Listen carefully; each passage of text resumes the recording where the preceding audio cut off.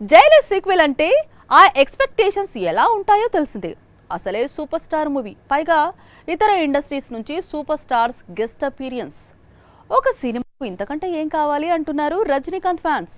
అయితే Jailer సీక్వెల్లో villain కూడా ఒక స్టార్ హీరోనే అని తెలిసిన తర్వాత ఈ ప్రాజెక్ట్ పై మరింత క్రేజ్ పెరిగింది. కోలీవుడ్ నుంచి వస్తున్న సీక్వెల్స్ లో జైలర్ కు ఉన్న క్రేజ్ మరో సీక్వెల్ కు లేదంటే అతిశయోక్తి కాదు.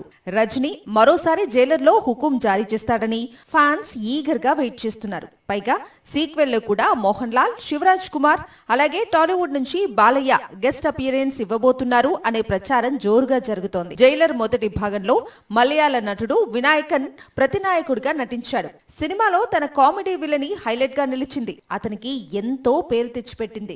సీక్వెల్ లో ఈ పాత్రను ఎవరు చేస్తారు అనేది ముందు నుంచి క్యూరియాసిటీ నెలకొని ఉంది. ఇప్పుడు ఈ అవకాశాన్ని మరో మలయాళ నటుడు, అక్కడి సూపర్ స్టార్ ఫాహద్ ఫౌజిల్ అందుకున్నట్లు తెలుస్తోంది. జైలర్ సీక్వెల్ కోసం ఫాహద్ విలన్ గా మారాడట. సూపర్ స్టార్ అంటే ఫాహద్ కు చాలా ఇష్టం. అందుకే ఆల్రెడీ వేటయాన్ లో చిన్న పాత్ర చేసేందుకు ముందుకొచ్చాడు. ఇప్పుడు కూడా రజనీకాంత్ కోసమే ప్రతినాయకుడిగా మారబోతున్నాడట.